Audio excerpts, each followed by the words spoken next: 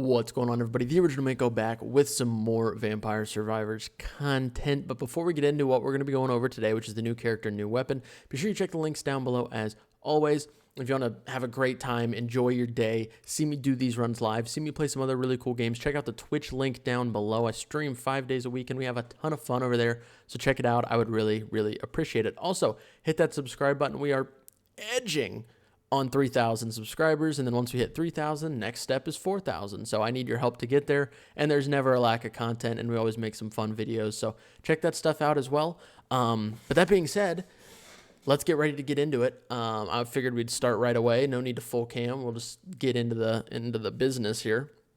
So the new character is Soul. He is a dog, and to unlock him, you have to defeat a total of 3,000 dragon shrimps, which are the things in the Gallo Tower map that look like dragons and also look like shrimps, conveniently.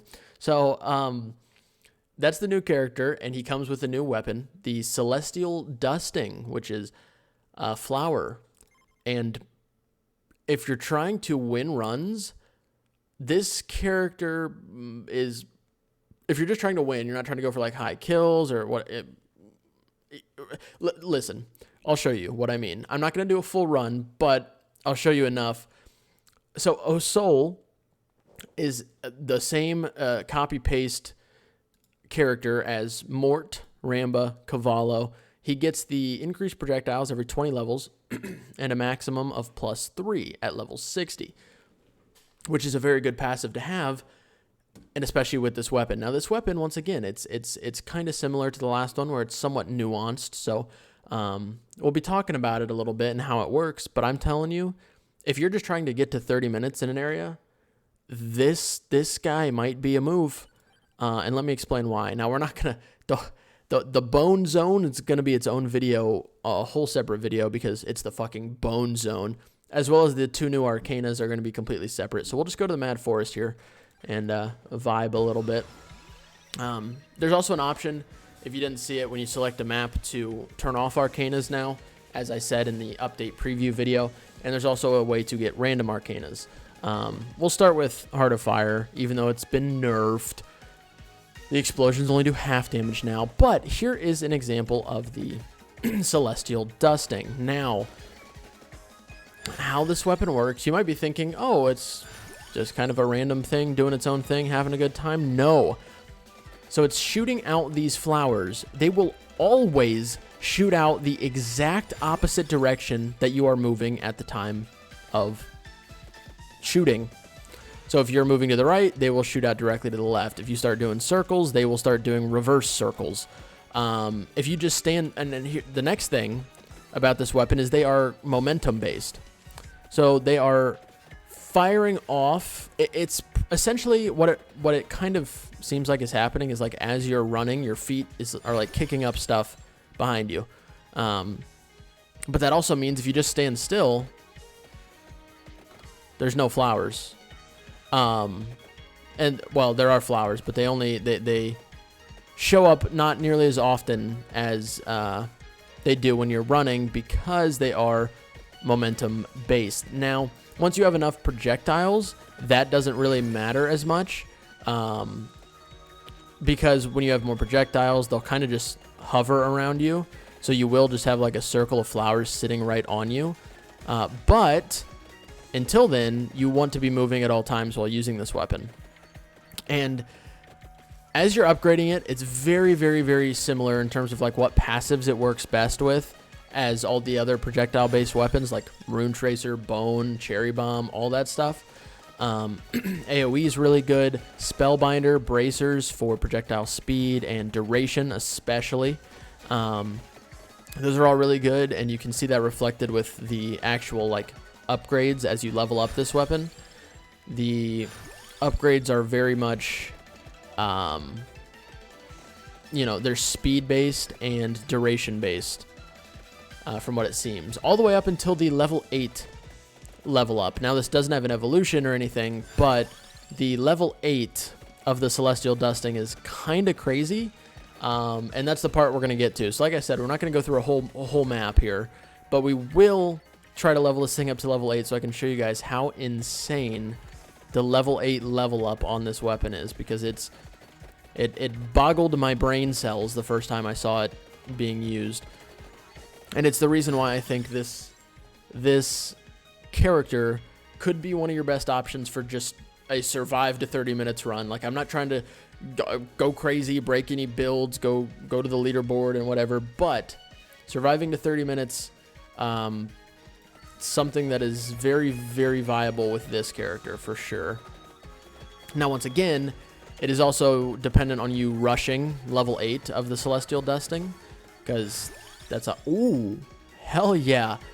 We've got 3 projectile-based weapons. Let's do it. Imagine we get Bone here. What are the odds? That'd be kind of crazy. Regardless, though, let's get Spellbinder. Hell yeah. Let's buff the hell out of these weapons.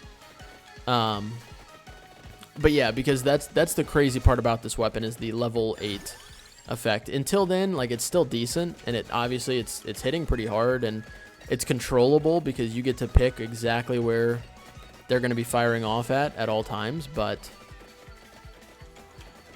yeah, level 8 is when it really takes a big step up. So we'll keep buffing it a little bit. I'm going to go grab this chicken. I really need some projectile increases. I would like Duplicator. I would like to hit level 20. A lot of things I'd like to do here to help buff these flowers before we get them to level 8. But we can only be so lucky, I suppose. No. None of those really help in this situation. There we go. That'll increase the projectile a little bit.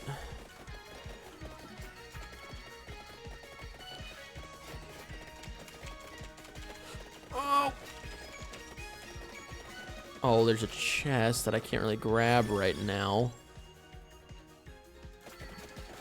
I'm full sending, don't care. All right, let's do it. Oh, big triple too. Okay.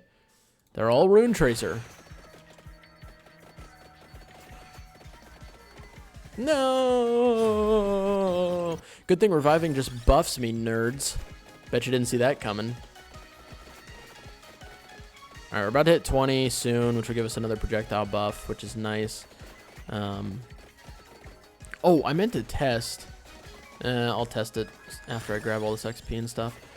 I was going to test if the flowers have like wall fit. Oh, I think they do, right? Yeah, they do bounce. They do bounce, which is very interesting because once again, you could do the whole. Yes.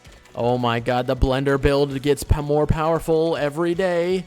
Every time there's a new projectile character, the blender build just gets better and better. Oh my God. And especially when we hit, oh my God, once this thing hits level 8, this is going to be a joke. Okay, I wanted to test that real quick. Oh, here it is. So we don't have a ton of projectiles, but we're going to use this anyway just to prove how crazy it is, even without a lot of projectiles. So I want you to keep in mind here, we're about 4 projectiles short of our maximum. And this is going to go crazy. So defeated enemies might drop hearts. I don't know. I don't know if it's bugged right now because it's still technically in beta, the beta version of this update. I don't know what it is, but it seems like there's no this word might means nothing. They drop hearts very, very consistently, like all the time, and each heart increases you by 1 health. So let me just show you kind of what can happen here. Watch my health bar. And you can see all these green ones, and this is with -4 of our potential projectiles. And we are just very quickly, rapidly increasing health here. Now over halfway. As we keep going, we're going to get closer and closer to max health.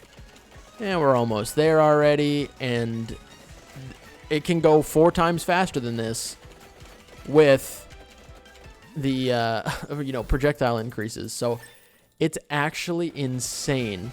Once again, it seems like it's not defeated enemies might drop hearts. It's like defeated enemies will drop hearts, which is super, super useful in a lot of runs for survivability. Not to mention I'm sure it scales extremely well with the healing arcana, the one that, you know, every time you heal, you deal damage to enemies around you. Now, once you're only healing for one at a time, but that is, I mean, it's almost a constant one extra damage you're going to be doing to every enemy around you, because you're basically just constantly healing every time you kill something, which is just pretty crazy. And super, super good and very useful as well. So I've had a lot of fun experimenting with this. It works, obviously works even better when there's a lot of enemies and when you're killing them quickly, and when you have more projectiles, but it scales super well. It does a lot, helps out a ton, and I think it's a really fun new weapon to have, and once again, another projectile type weapon to help make the blender build even stronger. The blender build grows with each passing update.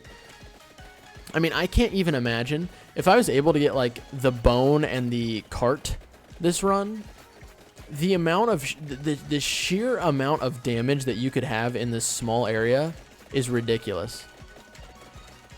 I mean, you're going to have the rune tracer going off, the bone, the bomb, the flowers that are constantly healing you even if you do take damage.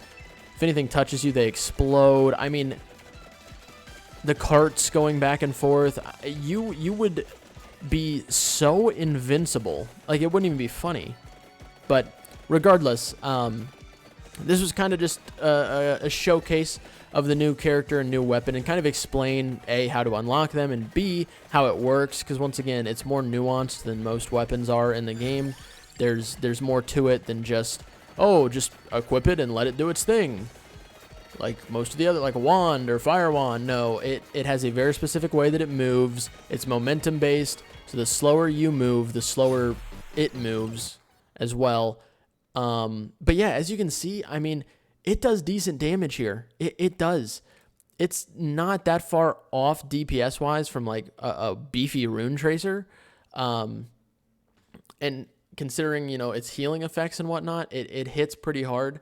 But once again, this could be just something super fun to pair with the healing arcana, something to help you get to that 30-minute mark, because the healing you're going to get is going to be crazy, assuming you get the right passives and whatnot with it. But anyways, yeah, this is just a video to showcase the new character, how it works, and all of that. Obviously, we're going to be making videos on the new map soon, the new arcanas, and then making an arcana tier list after I have a chance to mess around with those arcanas. So, thank you guys for watching. Hopefully you enjoyed the video.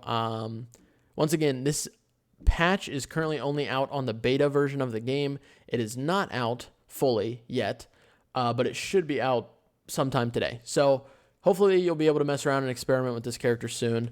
But yeah, definitely super fun and interesting character to mess around with. So thank you guys for hanging out. Thank you guys for watching. Hopefully you guys enjoyed the video. Let me know your thoughts on the new character down below, and I will catch you guys in the next one. Have a wonderful rest of your day. Love each and every one of your faces. I'll catch you all in the next one.